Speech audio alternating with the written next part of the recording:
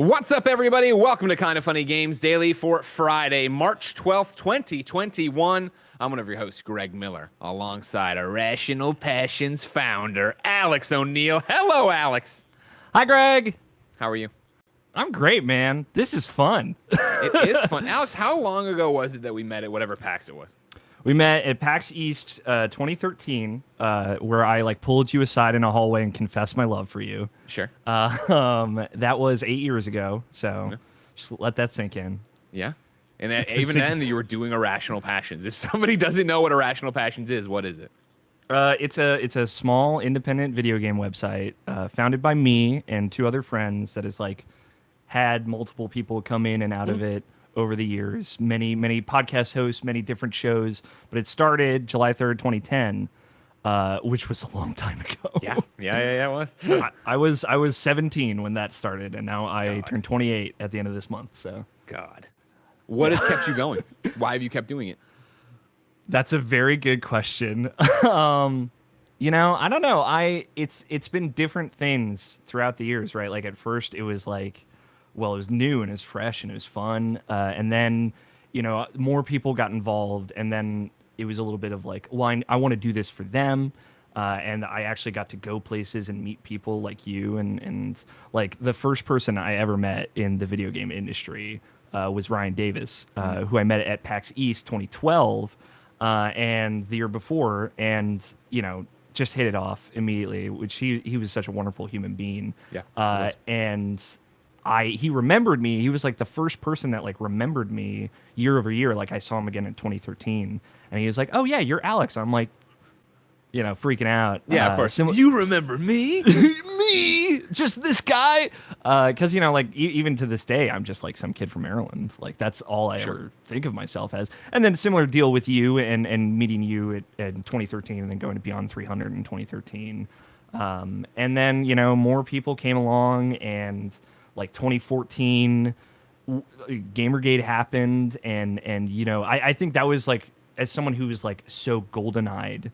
At the time, I know it's immediately got so serious, but as someone who looked at the industry with nothing but love, that was the pivotal changing moment of oh, this needs to be better.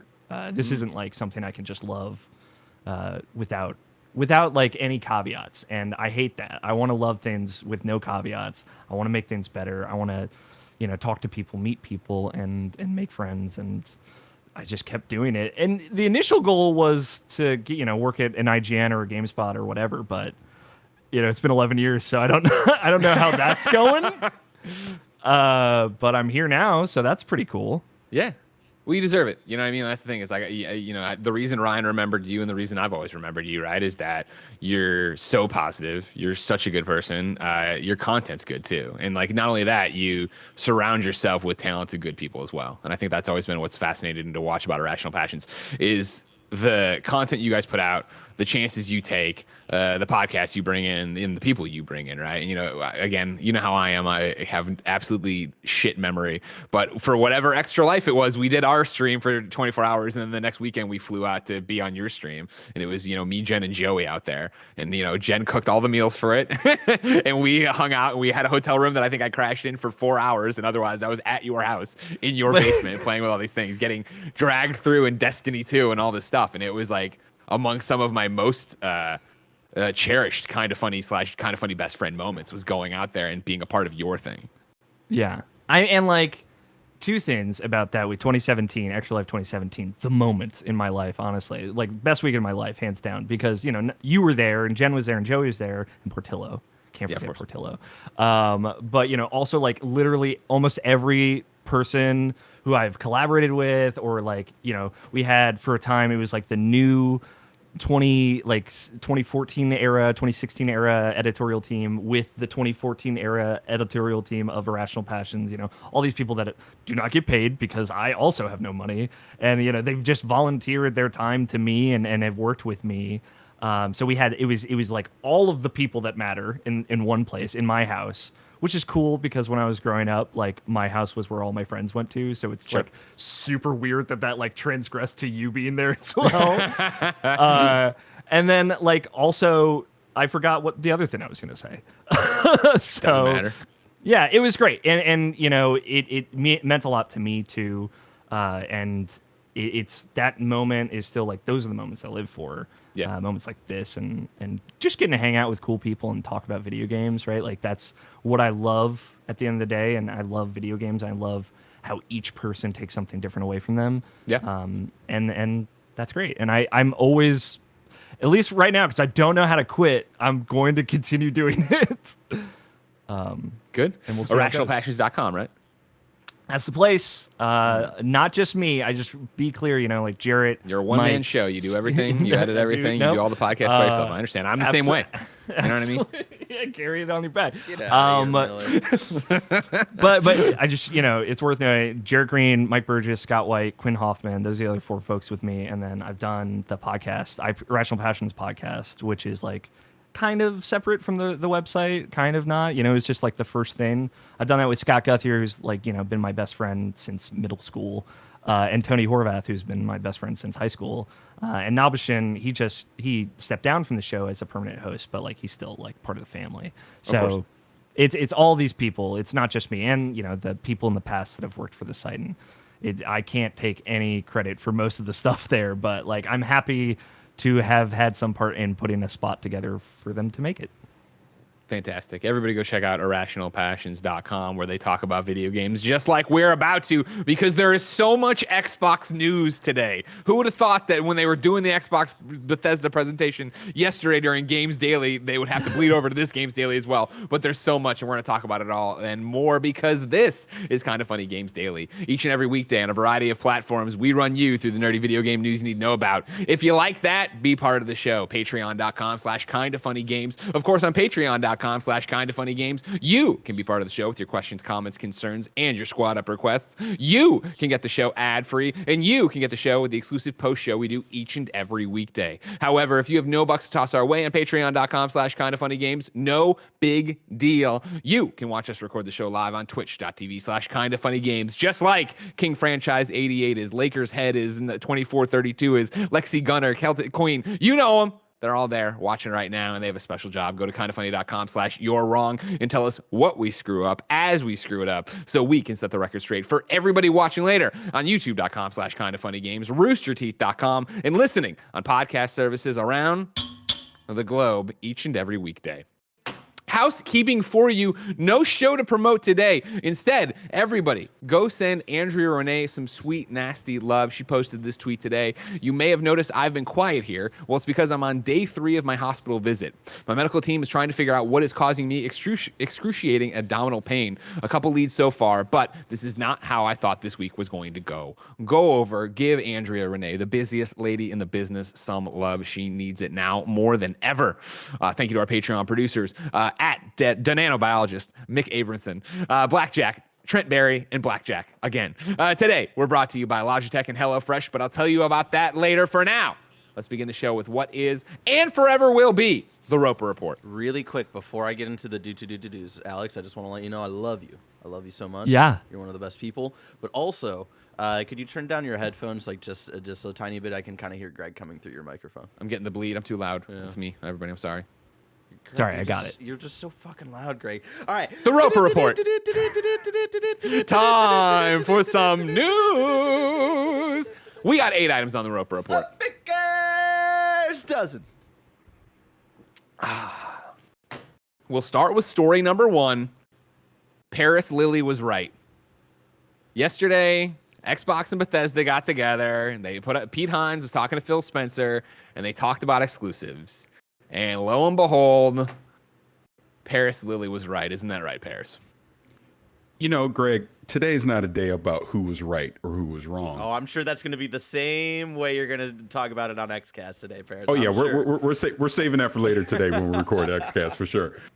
But in all seriousness, yeah, I mean, I talked about this since September. You don't spend $7.5 billion to not change something. And I feel what they showed yesterday and what Phil Spencer said was definitive enough that if I'm on PlayStation, I should no longer expect these major IPs like Starfield, Elder Scrolls, Fallout, Wolfenstein, Doom, Quake, Rage, Prey, on down the list. Don't expect those to show up on a PlayStation platform unless, which what Phil Spencer said was, it lives on Game Pass. If Game Pass... Go ahead. Let me bring in what Phil Spencer said here, of course, because yesterday in the conversation, him and Pete were having a candid conversation about all the games that are coming to Xbox Game Pass. I don't know, X-Pass. Is that a thing? We should shorten it to X-Pass because that rolled off the tongue way quicker. But Phil had this to say. I listened to the podcast and all the questions, so I'm going to try to be as clear as I can because that's what I just think is fair. So obviously, I can't sit here and say every Bethesda game is exclusive because we know that's not true. There's contractual obligations that we're going to see through, as we always do in every one of these instances. We have games that exist on other platforms, and we're going to continue to support those games on the platforms they're on. These communities of players, there's communities of players. We love those communities, and we'll continue to invest in them. And even in the future, there might be things that have either contractual things or legacy on different platform that will go do. But if you're an Xbox customer, the thing I want you to know is that this is about delivering great exclusive games for you that ship on platforms where Game Pass exists. And that's our goal. That's why we're doing this. That's the root of this partnership that we're building. And the creative capability we will be able to bring to the market for our Xbox customers is going to be the best it's ever been for Xbox after we're done here, end quote. Of course, on Twitter, Parris Lilly tweeted, "Ha! Xbox plus Bethesda is doing exactly what I said they should do on the Xcast with this roundtable," cry emoji, to which the man, Phil Spencer, responded, "Did make me laugh listening to your reco and knowing that you nailed our plan. Always learning from Parris, ... How good did that feel, Parris Lilly? I'm not going to lie. That felt pretty freaking good. It really did. In this sense that, again, like I've said before, I just tried to look at this logically the entire time. Like, if you're going to spend that amount of money, those IPs are valuable. You're trying to drive people towards your ecosystem. You're trying to drive people to subscribe to Game Pass. I can't let you keep playing the games the same exact way that you were before. Sure. So it just made sense to me that that's what they would do. But I do applaud Xbox and Bethesda for getting this roundtable and basically getting all of that out of the way now. Set expectations. Now, I did see there's some rumblings because Phil talked about legacy stuff, right? Yeah, and that's where I wanted to come in and bring in Alex and pivot to him. What was your take, Alex? Because it is legacy, and it is, if there is a community there, do you take it as that's it? Elder Scrolls, Starfield not coming to PlayStation? It's weird because legacy is it's a very open-ended term, right? I think, and I remember, I don't know where this is from, but I like talk of like live service games, kind of continuing to be multi-platform. Yeah. And like, we don't know if like Fallout 5 would be a live service game, right? Like, we don't know if something like Fallout 76 will blend into, and certainly people would be very upset about that, so this is just very hypothetical, would blend into whatever the next Fallout game. But yeah, like Legacy to me feels like franchises that have notoriously been multiple places, right? It does feel weird to me to say like we're going to make another Fallout game, but we want it to sell half as well. But I don't know, maybe like you got to make that hard line. I was kind of more like originally thinking when this happens so long ago, I was in the camp of like, okay, the Bethesda game studios, save for maybe Starfield because that's untouched. That could be an exclusive. That could be whatever. I think like Elder Scrolls and Fallout need to exist everywhere because you just make so many people upset if you take them away. But like you have Tango and you have Arcane, you have these studios that have made less sales figures, but would be like, in my opinion, perfect to make exclusive games for Xbox. Give them more money, give them the marketing push, put them on Game Pass, and people will maybe finally play a goddamn Dishonored game. So that is how I interpreted it. But this, to be fair, Phil like replying to Parris, like it feels pretty cut and dry. But I don't know. I feel like any of this could still change anytime because like at the end of the day, Microsoft is really good about listening. So, and they've kept it, I think they've made it clear enough, but also murky enough that I feel like you can read into it. Like, and am I wrong, Exactly, Parris? yeah. Do you think that like this is? I mean, because I know. What do you think, Parris? What do you think? Because so many people came at me and were like, "Yeah, fuck you, Greg," and I was like, "Wait, that was a joke the other day when I told him on that show that it could go either way and I could see it either way." Like, I think it's gonna be case by case still, even though it's what they're saying. But I have to push back on that and what both of you just said. I think he was 90% definitive, but he left that 10% where there's some wiggle room. But I feel like what you're saying before about, all right, if this was going to be, we're going to continue to allow Elder Scrolls to be on PlayStation and all these platforms, he'd come out and directly say that. The way, because I literally listened to what he said like five times to try and make sure I understood it. And he's saying, hey, Bethesda games will live where Game Pass lives. We will honor existing contracts. We're not going to change that. But when he started talking legacy, he was kind of leaving that up as a maybe there might be some case by case things that we would do on a legacy title where we'll continue to support it. But I like the Fallout example is great on what you brought up. Fallout 76 is not going to go away. They will continue to support that. That will live as it always has been. But when they make a Fallout 5, I would not have the expectation that that is going to show up on a PlayStation platform. Going by what he just said, going by they're talking about Bethesda now being a first party part of their Xbox game studios. They're talking about all the collaboration, which it really is the whole point of this that excites me. The 23 studios now being able to collaborate together to innovate and be creative with the games that they're going to make. But going back to the original point of all this was a business decision. This is forget the exclusive talk. I know everyone wants to get mad about that stuff, but Microsoft made a business decision that you keep telling us that we don't have enough games. Well, guess what? We just went and acquired this publisher and all of their intellectual properties, and we're making that a part of our platform versus saying, oh, we're not changing anything and you're still playing those games where they are. It isn't about the one-off $70 sale of a game. It's about getting you to subscribe to Game Pass. That's what they're trying to do. I thought that was interesting. Alex said in his thing, right, of like, oh, well, you know, like cut your profits in half. I think they're looking at it way more as fuck the profits. Let's get subscribers. Exactly. Let's get people into Game Pass. They want to basically get you, what is the term? Brand loyalty to their ecosystem, right? Yeah. They're saying, hey, yeah, we're taking away from PlayStation, but we're giving you a low-cost option with the Series S. You can play it on the PC. And with xCloud, I was messing around with Wolfenstein on xCloud today. We're allowing you to play it on your mobile device, or you could play it on a smart TV. That's their strategy moving forward. Now, because I'm looking at the chat, some people are like, Parris, just wait until you see Starfield show up on PS5. Here's what I'll say to that. If there was a legal contract obligation for Starfield to show up on PlayStation, Jim Ryan would have said it yesterday. They'd have said it. They'd have let you know. They would have let PlayStation Nation know. Don't worry, Starfield's still coming to our platform. But once we get past the next 18 to 24 months of any legal obligations they have, I would have zero expectation for anything to show up on PlayStation.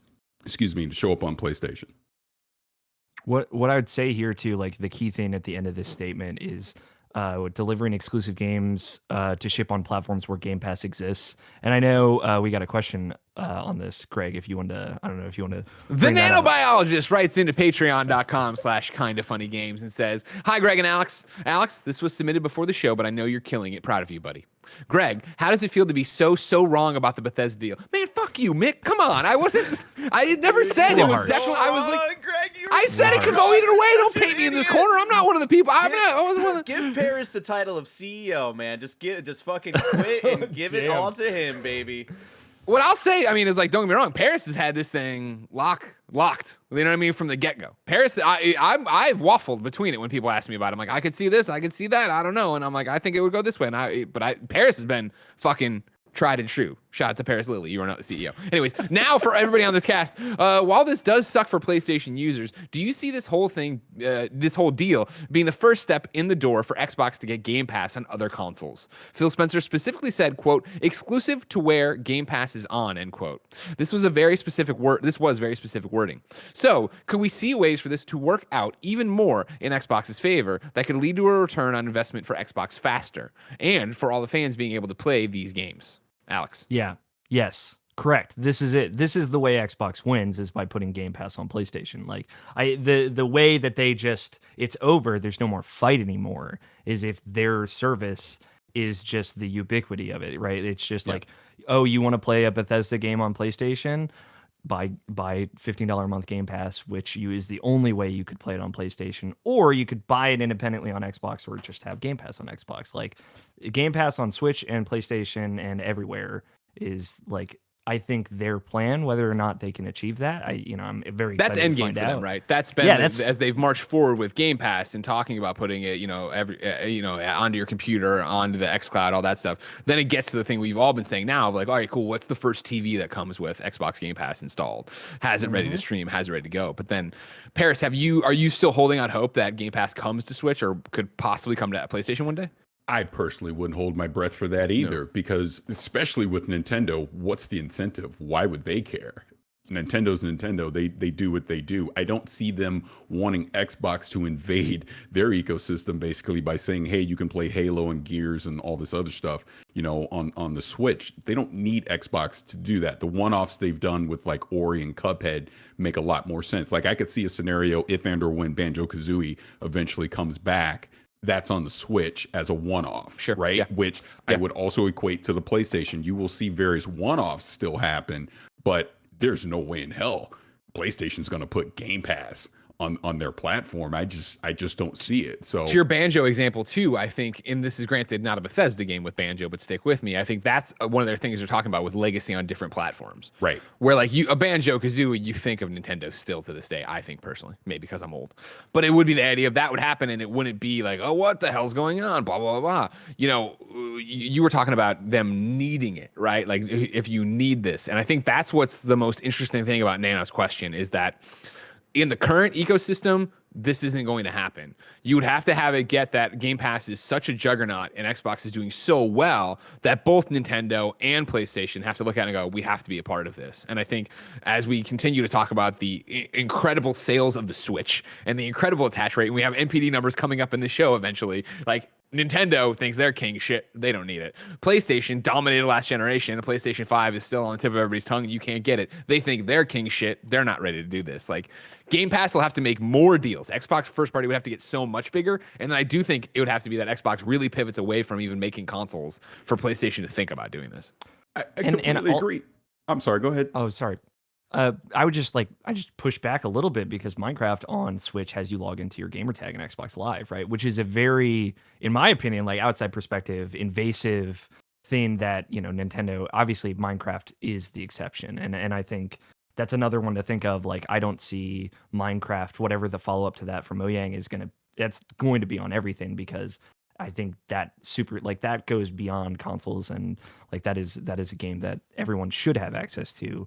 But like also right now, like you were saying, Greg, that the conversation is one thing, but in 10 years, if it's not just Bethesda games, but many other different types of things that can only exist on Game Pass, and we maybe start seeing a shift to Game Pass exclusive titles, games that you cannot buy, but you have to subscribe to Game Pass to get, a la Netflix original series, then the conversation is different. Like, these games only exist here. So PlayStation, if they wanted you to have access to that game on their platform, or Nintendo, which again, this is a big stretch right now, but in 10, 15 years where the ecosystem is totally different, that is what Microsoft is playing toward, I think.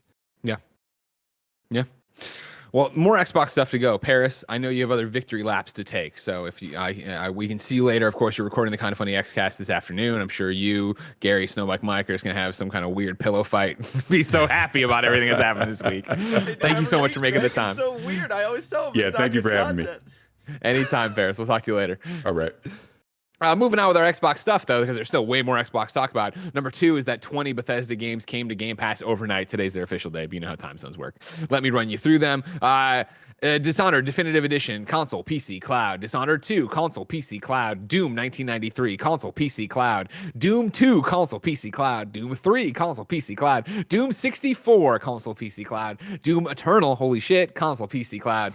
The Elder Scrolls 3, Morrowind, console, PC. The Elder Scrolls 4, Oblivion, console, PC. The Elder Scrolls 5, Skyrim, special edition, console, PC, cloud. The Elder Scrolls Online, console, and PC.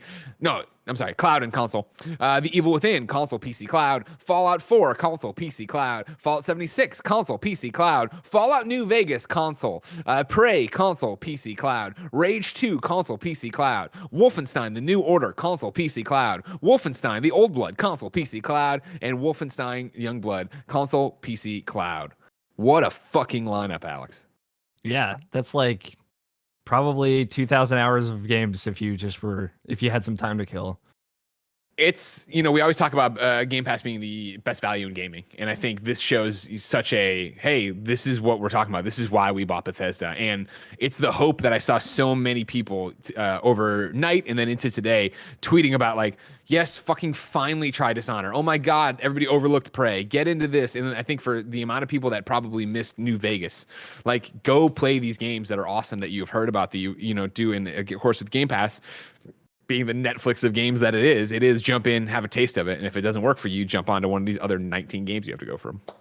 Yeah, and the another thing just about Bethesda is they are the kind of publisher that some people just kind of only play their games and they're totally happy and fine with that. And now, those very specific people, which is, probably a couple million people in reality. Sizable for sure. Yeah. I mean, if you you think about it this way, if you're big enough to make your own E3 press conference and people do come to it and get excited for it year over year, you're a big deal. Yeah, that person that was yelling in the front seat about Elder Scrolls Online, they're getting an Xbox. I tell you what. Yeah. And it's also the thing of the shot in the arm games like Fallout 76 and like Elder Scrolls Online need, right? Of all of a sudden you have these games out there that exist and thrive when they have more players playing them. And you have now, if you already have Game Pass, no barrier to entry. You get to jump in and try Fallout 76 and probably, if you've never played it before, go, oh man, this is, what was everybody talking about? Not, ignoring the years of work that have been done to it and added to it and where you're at. And Elder Scrolls Online obviously has such a dedicated community that you get in there. If you're looking for that new kind of thing, that's going to be there for you. That's going to be what you want, let alone all these great games that, Prey, I think, got an 8 at IGN back in the day from Dan Stapleton. I was just thinking the other day, actually, when all this didn't Prey get Prey, didn't that one have it? I remember this because I was the person assigned to gameplay footage for Prey. Prey was weird because I think we had only gotten PC codes or something. PC code. Yep. And there was some really buggy things happening with Dan's save. If you don't mind, I'll read from the IGN review because I again was thinking about playing Prey the other day, and I went back and looked at Dan's review from May 2017. Right, it has an 8.0 on IGN, but it does say when Prey launched, this is Dan. I had a game-breaking bug on PC that prevented me from recommending it. That's now been patched, and so has this review. It's now updated to cover our experiences on all platforms. It was initially scored as a 4.0 on PC. Yeah, that was really bad. But instead of Prey, Greg, play Dishonor 2. Yeah, play Dishonored 2. I always tried with the Dishonors. You know what I mean? This is something that, to Alex's point, I love certain Bethesda games, right? And it was me and Keza talked about this earlier this week on Monday of how it feels like when one Fallout or one Elder Scrolls hit with you, it's hard to then get to another one and be like, oh my God, this is even better. This blew me away because you have that hook to it. And so when I look through a Bethesda game list, it is the fact that I fucking loved Fallout 3, right? But New Vegas never hit the same heights. 4 didn't. 76 definitely didn't, right? Yeah. I loved Skyrim, but that's such not I didn't beat Skyrim even. I played however many hours grinding. I spent one afternoon listening to podcasts, crouched behind a guy in a cathedral, and I would hit him and I would get the +1 stealth, and then he would sit back down and I'd hit him and I get +1 stealth, and I just did that over and over and over again listening to podcasts. I played that game a very certain way to get through it or whatever, but I'm not the Bethesda guy. Like, I don't get me wrong, Pete Hines is a friend of the show and stuff like that. And there's games from them, franchises. So Fallout, I'm going to play, I'm going to love, that I'm all about. But like looking at this list, it's like, oh man, I've tried Dishonored, didn't work for me. I tried Prey, didn't stick for me. Like, Wolfenstein, I'm not a shooter guy. Like, I'm not a Bethesda person in the same way there very much are Bethesda people, and I'm glad there are, and I love that there are. And you look at like somebody like Rahul Kohli, who's obsessed with Doom, right? Like, that's awesome that exists. Yeah, and I would also say, like, Dishonored specifically is phenomenal. I love Dishonored 2. It has some of the best level design, 3-dimensional level design, even 4-dimensional level design. And people who play that probably get what I mean by that, of any video game, but it's like a slow burn, right? Those first 2 levels are very, very slow. But honestly, once you get to like level 3 and 4, it's incredible. It's some of the coolest levels ever. But you know, if you are a Bethesda person playing on Xbox Game Pass for the first time, might I also remind you that you would now have access to Destiny and the entirety of Kingdom Hearts. Totally. More importantly, so more importantly, okay, just go play Kingdom Hearts and then come talk to me about it. Sure. And I'm sure Avengers will be on there one day, and then you'll see what a real game's like. Yeah, sure. You know what I mean? All right. Believe it or not, still more Xbox news to wade through. This is number 3. We're going to actually go over to IGN, where Rebecca Valentine, a green reporter there, just got hired. I've never heard of her before, writes, Xbox has confirmed it's planning a Summer Games event of some kind this year, and Bethesda is heavily involved in its planning. During today's roundtable discussing the recent Xbox acquisition of Bethesda, Xbox Marketing General Manager Aaron Greenberg and Bethesda Global Marketing and Comms Executive Aaron Losey confirmed that they were, quote, in the planning phase of an event sometime this summer that would include more news about what the partnership between the two companies would entail. No further details were given, though Greenberg did add that they were planning did add what they were planning was sort of the event traditionally would be held at E3. Let me tell you, that's not how Rebecca wrote it, and I took out a lot of words and changed in a lot of words, but you got the fucking gist. All right, everybody, it's Friday. Are you surprised at all by this, Alex, or just happy to hear confirmation? No surprise. I mean, the way they phrase it, this is gonna probably be the one with all the world premieres, you know, like that. This is that show. So yeah, I mean, I love Xbox's show every year. People always are like super underwhelmed by it because they overpromise and underdeliver or whatever. Yeah, but I'm here for it. Like anytime Phil Spencer gets out on stage, I just love that dude. I'm like here to. Dude, I love Phil. Yeah, no, totally. Yeah, he's the best. This is the one that, and I know, stick with me because this will be a clip you fucking throw in my face later, but this could be the one that delivers, right? Like, in terms of, you're talking about overhype and underdeliver. Like, yes, there was a one. This has got to be the one, right? You know, let's just get BJ Bernardo in the mix. BJ writes into patreon.com/kindafunnygames, just like you can, and says, hi, y'all. With a summer event confirmed for Xbox and Bethesda, does Bethesda Studios have anything that could be ready this year? Does the other Microsoft studio have anything ready? Or is Halo Infinite the only Microsoft exclusive we will get over the holiday season? Alex. I mean, Microsoft had said a little bit that they have unannounced games for this year. Yes, they have confirmed that, yeah, there's more stuff coming this year that's unannounced.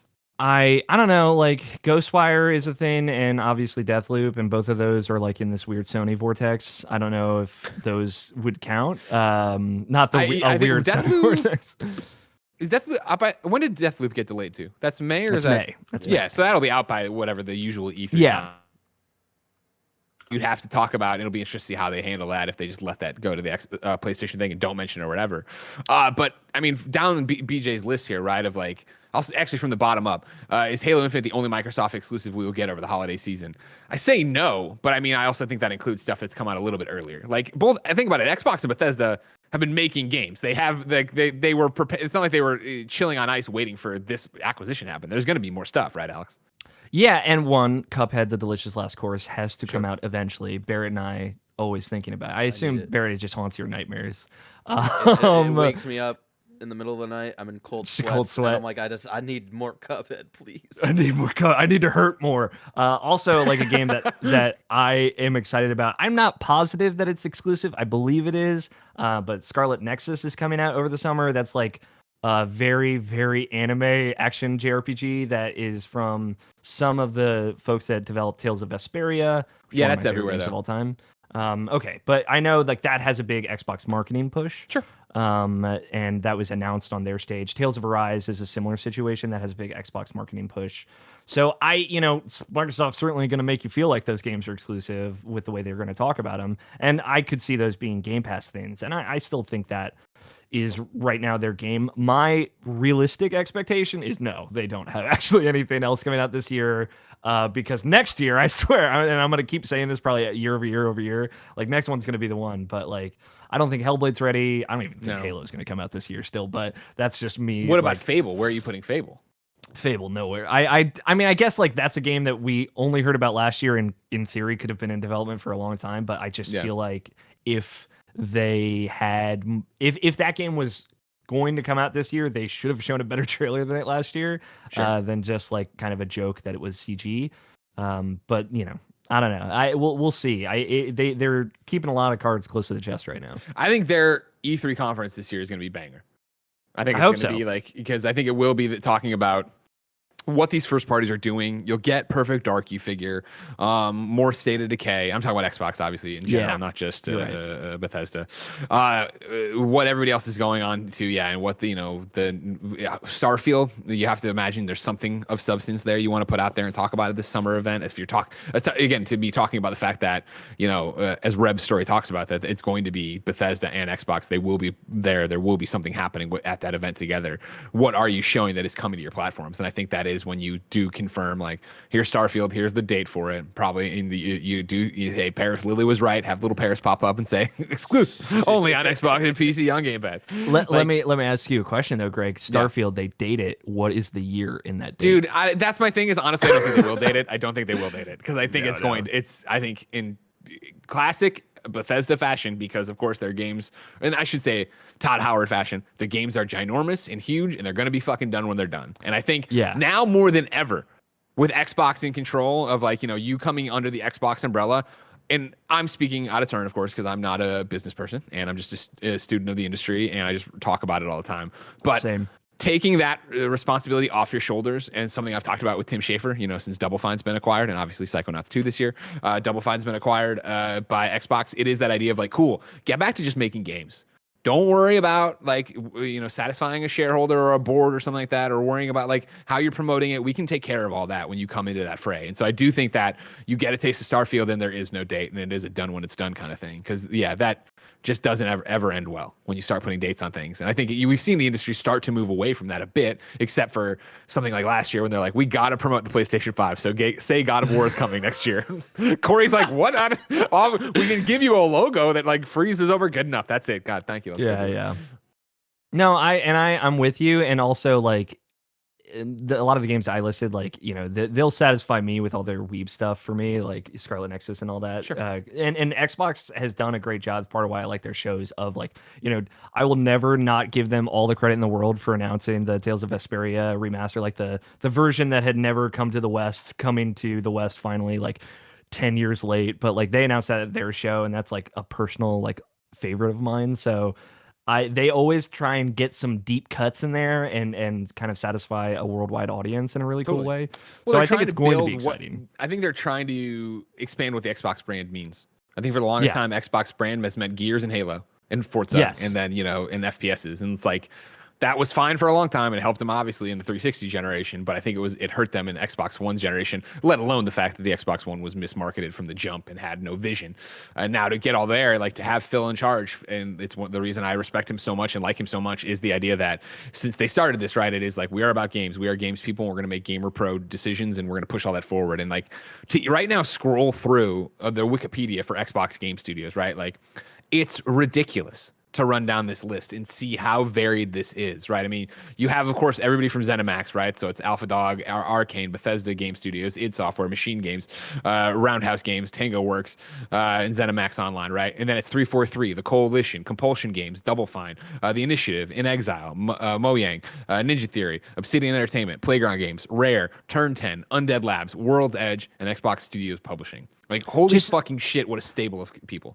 The world that we live in, where Obsidian and Bethesda Game Studios are like under the same umbrella in a super weird way. And like the best thing with Obsidian too now, like under Xbox, because like I've been thinking about a lot lately is like their kind of thing is making like the follow-up sequel to a game that somebody else made, and now they don't have to do that. But also they could do that with all of those games, which is awesome. Like best of both worlds. Yeah, you wonder really what, after.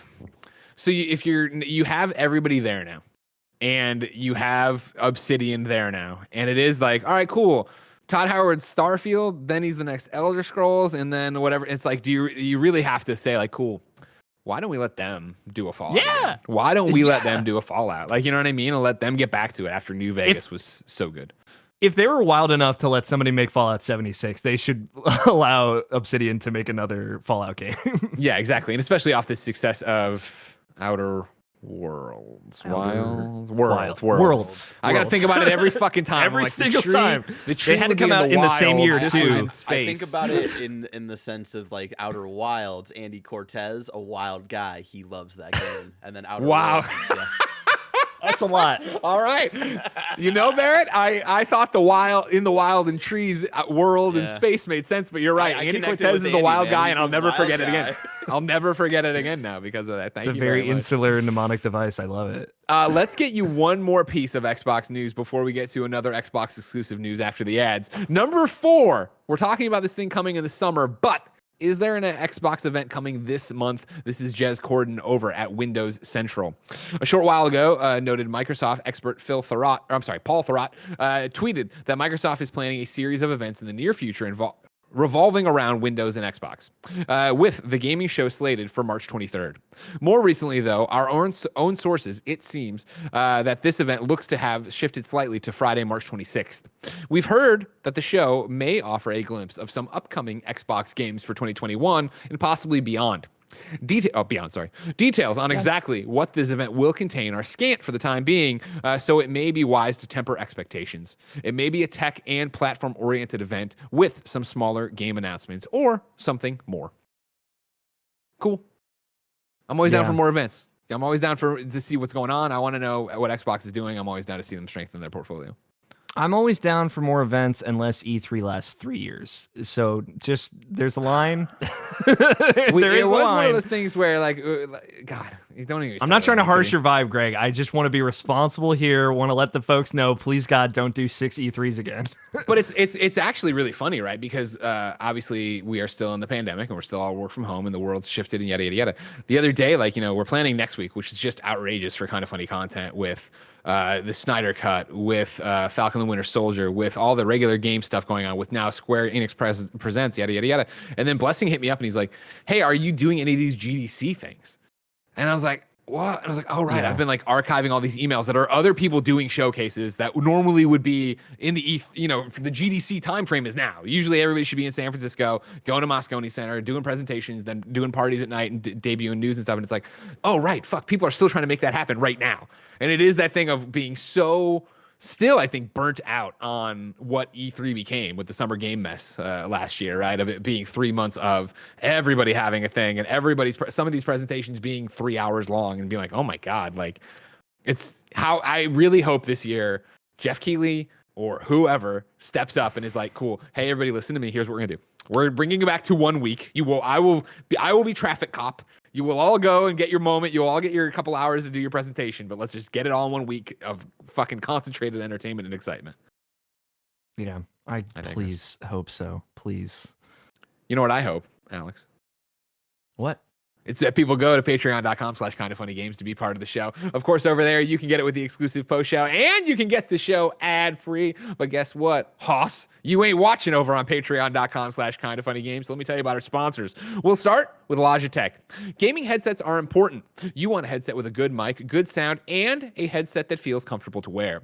That's what's best about the G733 wireless gaming headset from Logitech G. The G733 Lightspeed wireless gaming headset comes with 2.4 gigahertz wireless connectivity, front-facing dual-zone light sync RGB, dual voice mic technology, Pro G audio drivers in multiple colorways to choose from. It also has total freedom with up to 20 meters of wireless range with Lightspeed wireless. Keep playing with more more than 29 hours of battery life. Play wirelessly on PlayStation 4 with stereo sound. With front-facing, dual-zone, light-sync RGB lighting, you can personalize your headset lighting across style and comfort. The reversible suspension headband is designed for ultimate comfort during long play sessions. Each G733 colorway has its own unique headband design. There's also a soft dual layer of memory foam that conforms to your head and contours around your jaw for a better seal, reduced stress points, and delivers longer lasting comfort. It's available in multiple colorways, each with its own vibrant reversible headband and corresponding ear pads. For a limited time, Logitech G is offering our listeners express shipping at logitechg.com. Use the code KindaFunny Daily Free Ship 38 for express shipping today. That's express shipping for all Logitech G products with the promo code KindaFunny Daily Free Ship 38. Hurry now, since the promo expires in 3 days. Next sponsor is HelloFresh. What's HelloFresh? With HelloFresh, you get fresh, pre-measured ingredients and mouth-watering seasonal recipes delivered right to your door. HelloFresh lets you skip those trips to the grocery store and makes home cooking easy, fun, and affordable.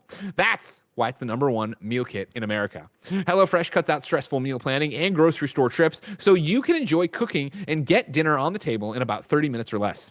With more than 25 recipes to choose from each week, there is something for everyone to enjoy. All recipes are designed and tested by professional chefs and nutritional experts to ensure deliciousness and simplicity. Kinda Funny loves HelloFresh. Joey uses it all the time. Kevin is on the HelloFresh train, and even me, Greg Miller, has used it before for some quesadillas. And I love the idea, Alex, of just not having to think about it. You pick it. What are you saying? You've done it? Is that what that was? Yeah, I do HelloFresh every week, man. Oh, what have you been cooking lately? I made this, like, the farfels, the little bow tie. I made like a roux sauce, Parmesan roux sauce with farfels and like roasted in the oven, red peppers and cucumber last night, or zucchini. Yeah. So good. It was so good. Me and my best friend. Yeah, me and my best friend cook every week, 3 times a week.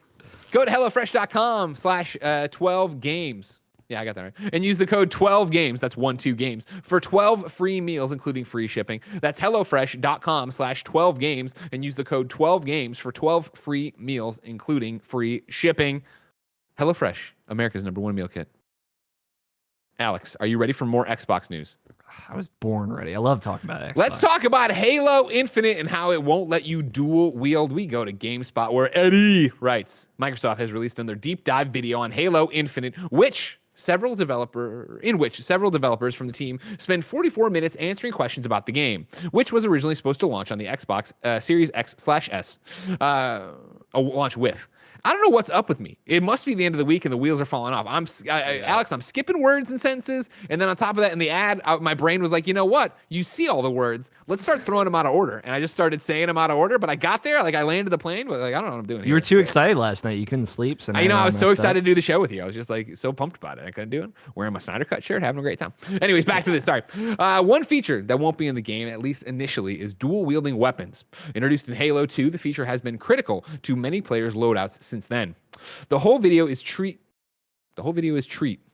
With Sandbox designer, it's just trees. It's treat. The whole video is treat. That's not me. All right, that's Eddie. With Sandbox designer Quinn Del Hoyo, lead world designer John Mulkey, campaign lead artist Justin Dings, and gameplay director Troy Mashburn, answering numerous questions that fans submitted on Twitter.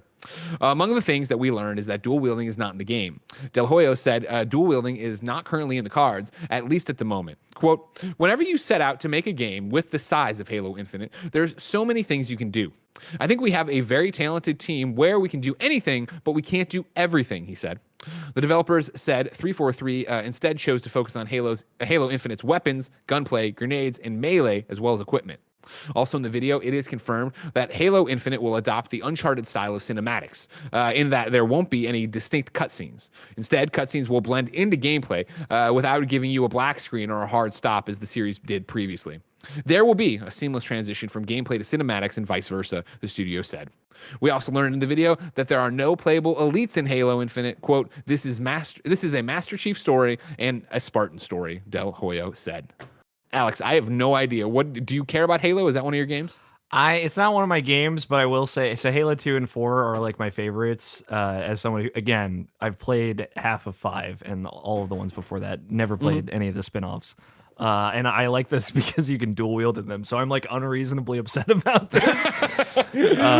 But I'm like, I need my 2 needlers. This is the only way I play. No, I mean it's probably fine. Like this game seems to have like a very different vibe than an even numbered Halo before. Yeah. So, but Halo 2 is still the best one because you can hold 2 needlers and it's the best. It's fair enough. Yeah, as you know, like I've played a bunch of Halos. They've never been my thing, my jam. I number one for Halo Infinite because I do want to see what a modern Halo looks like from learning from every other game that's come before it and see where you take this franchise.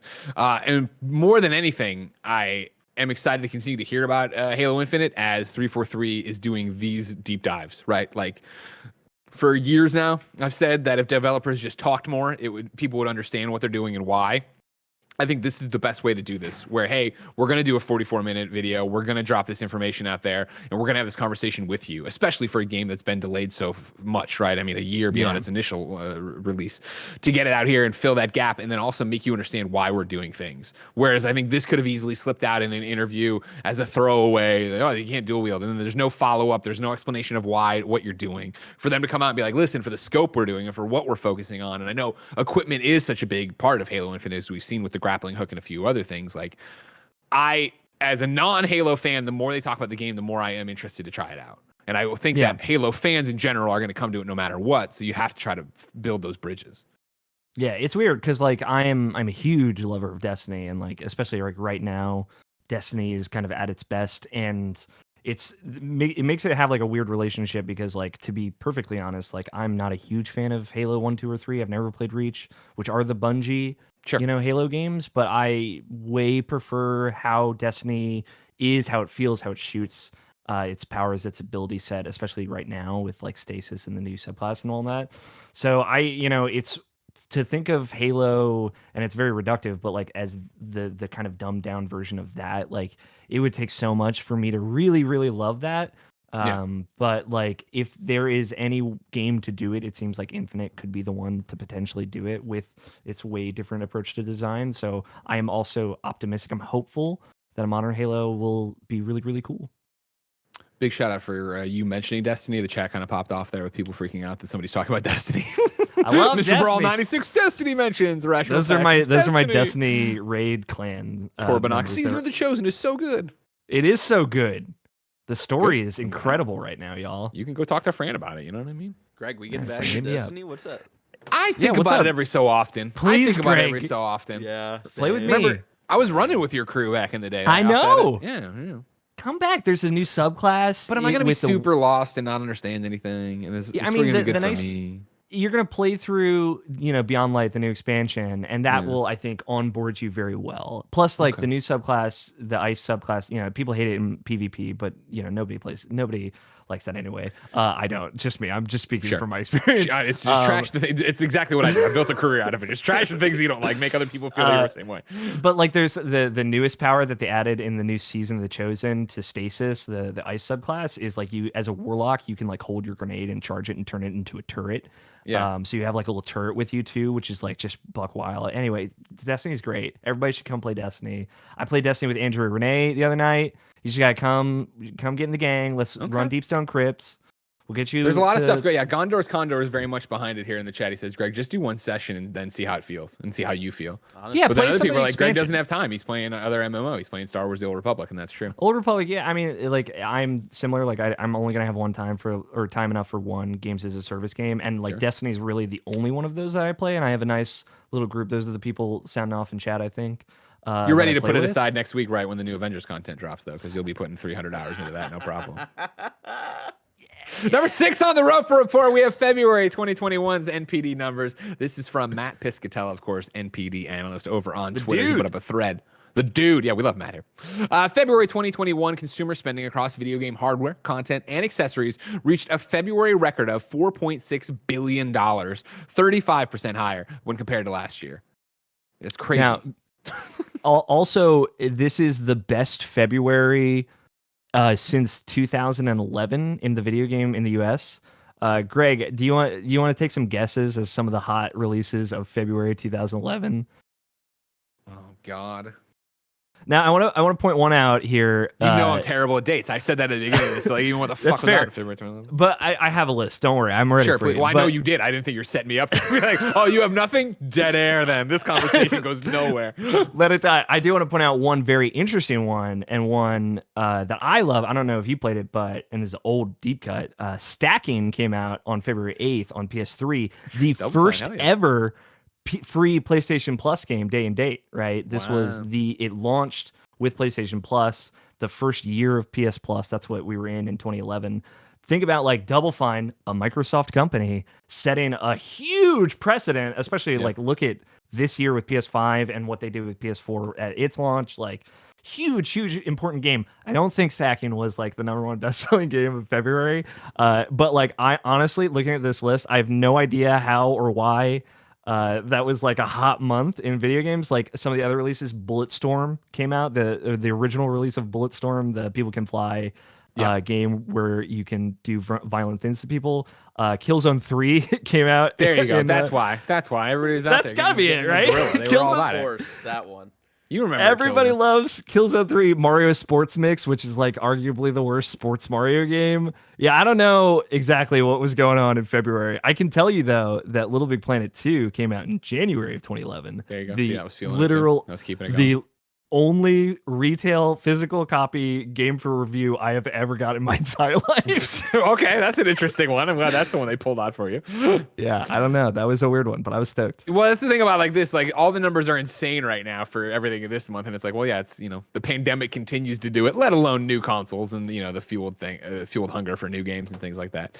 Year to date spending totaled $9.3 billion, 39% higher than the same period in 2020.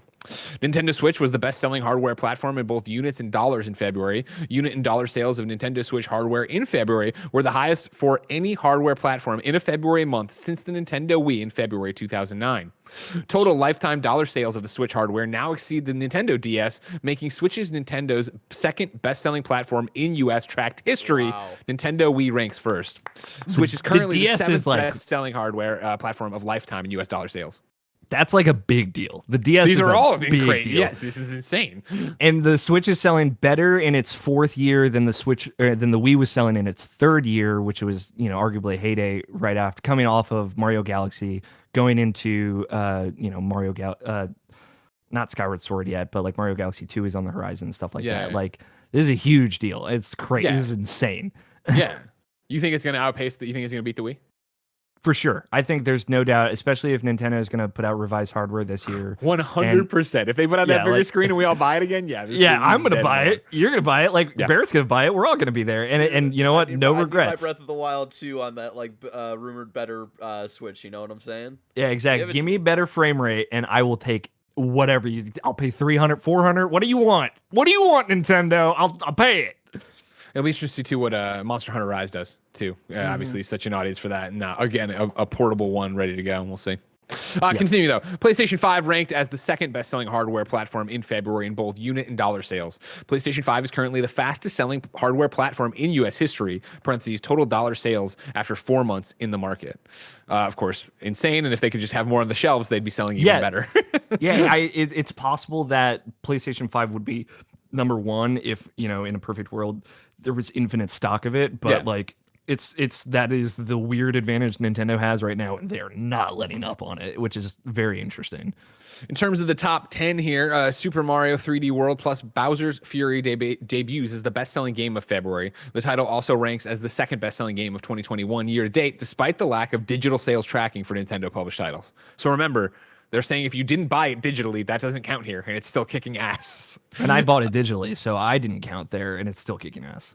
Little Nightmares 2 launched as the sixth best-selling game of February. Little Nightmares 2 ranked as the fifth best-selling game on Xbox platforms, while placing 10th on PlayStation. Bandai Namco jumped on this and said, in less than a month after its release, Little Nightmares 2 has reached more than 1 million units sold, making it the first title developed by Bandai Namco Entertainment Europe to do so in this time frame.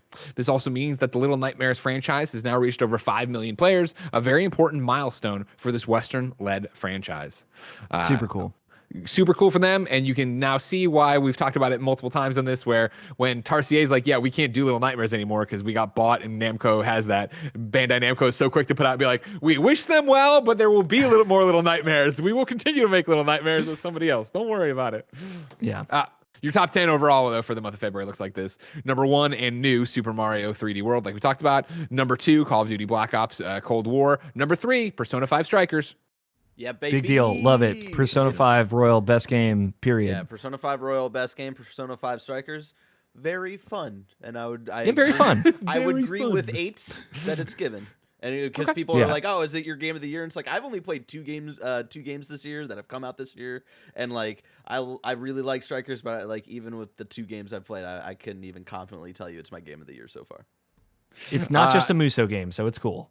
Number 4, Spider-Man Miles Morales. Number 5, Madden NFL 21. Number 6, as we said, Little Nightmares 2. Number 7, Assassin's Creed Valhalla. Number 8, Mario Kart 8 Deluxe. Number 9, Animal Crossing New Horizons. Number 10, Call of Duty Modern Warfare. And then also Alex was excited because he was like, I'm going to get to talk about NPD. And then Matt Piscatello was like, awesome. Sent you this. What did Matt Piscatello send you on Twitter? He said a detailed breakdown of like the more specific spending, but like it's worth noting, like everything is up. Game hardware, accessories. I think like the DualSense controller was like the best selling controller. Like everything is, all numbers are going up, which is a big deal. Like accessories, like the video game market to the point is like very much thriving in a way that it hasn't in February for a long time. Yeah. Which it makes a lot of sense considering people are trying to get a PlayStation 5 by like sitting on wait lists that are comparable to like vaccine wait lists. So yeah, it makes sense. 2 more stories, but they can both be summed up really quickly. Number 7, Outriders has confirmed that their next patch is going to give the way to turn off the motion blur. You can toggle motion blur. They'll also have improvements. I'm reading from GameSpot. Improvements to matchmaking and a whole bunch of other stuff. But more than anything, that motion blur that everybody hated, they're working on getting rid of. And then number 8, no college football until 2023. This is Eric Van Allen at GamesIndustry.biz, who says a new report says that EA's college football revival won't be arriving until a few years from now. While heartbreaking to me, of course, somebody's looking forward to this game. Also completely what I expected. When they announced that football was back and they were like, we're just starting work, you're like, ain't seeing it this year, probably ain't seeing it next year. So even 2023, I think, is best case scenario, but we'll see. Let it cook. Take your time. Alex, I'm excited to throw the old pigskin back at Memorial Stadium there in Columbia, Missouri when I can, but that's still so far away. If I wanted something more immediate, say what came to the mom and grop shops, where would I go? You would go to the official list of upcoming software across each and every platform as listed by the Kinda Funny Games Daily Show hosts each and every weekday. Yeah.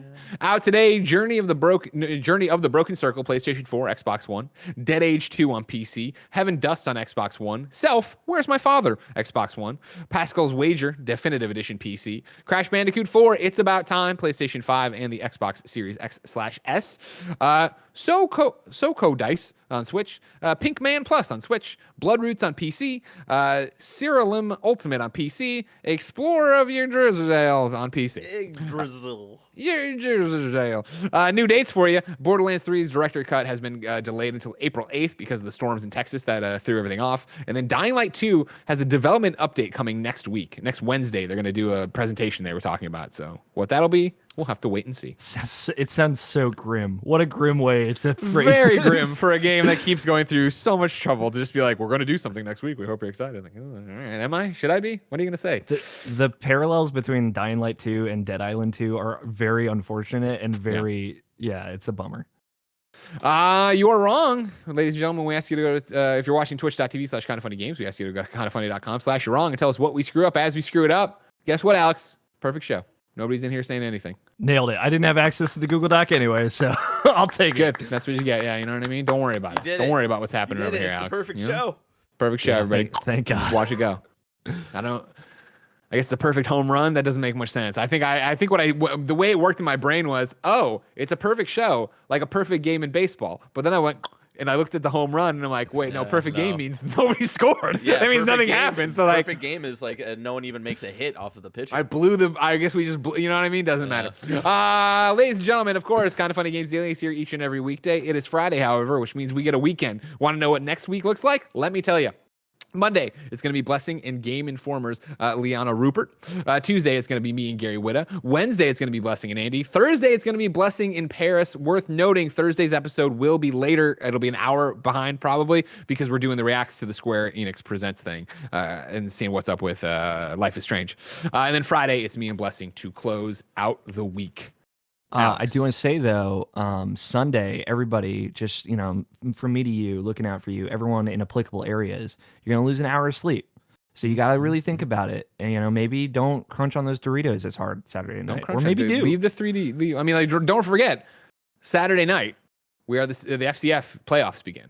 It's the Kind of Funny Wild Aces versus the Zappers. We're the second game, so probably around 6:30 we'll be playing. We'll be live twitch.tv/kindoffunnygames. If we win, don't even worry about the hour of sleep. Stay up the entire night partying with us. You know what I mean? Baby.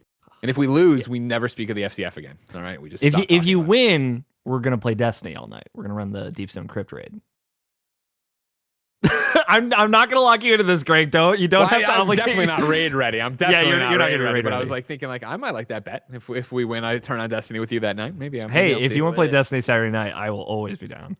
I'll start a download, so I'm ready to see whenever. 60 FPS, 4K on PS5. It's super nice. See, it's right there. There you go. I'm gonna do it. Oh yeah! All right, baby, we're doing it here. I'm gonna slap on the backbone. I'll download it. And now download Kingdom Hearts 3. All right. Alex, we got to go do a post show on patreon.com/kindoffunnygames, of course. Before we go do that, where can people keep up with you? If you want to follow me personally, you can follow me at AlFighter27 on Twitter and everywhere. If you want to add me or whatever. If you want to follow Irrational Passions and hear more of what they do, at Irrational Pod is kind of like the general handle. That we do a lot of stuff, so I'm just going to run through it real quick. I'm on Monthly Nintendo Show with Mike Burgess. We talk about Nintendo every month. We're going to be recording a new episode soon. With Scott White, we're going to be talking about Bravely Default 2. I do the beginning of every month with Scott White, his bi-weekly show, RPG University. We take a look at all the RPGs coming out every month. And then every other Saturday, releases on Tuesday, is the Irrational Passions podcast. It's been going on for almost 11 years. In July, it will be 11 years. It is very casual. It's chill. Scott and Tony are chill dudes. We just hang out. And talk about video games, talk about what we've been playing. Sometimes we talk about some headlines and some news if there's stuff we want to talk about. We are bi-weekly every other week right now just because of my health and my recovery process for some personal stuff. But, in the future, like in the past, we might be weekly again. So check it out. Sounds good. Ladies and gentlemen, we got a post show to do over on patreon.com/kindoffunnygames. But of course, you can watch live twitch.tv/kindoffunnygames. You can watch later youtube.com/kindoffunnygames. You can listen on podcast services around the globe, no matter where you get the show. Thank you very much for listening, being a part of it. We love and appreciate you. Until next time, it's been a pleasure to serve you.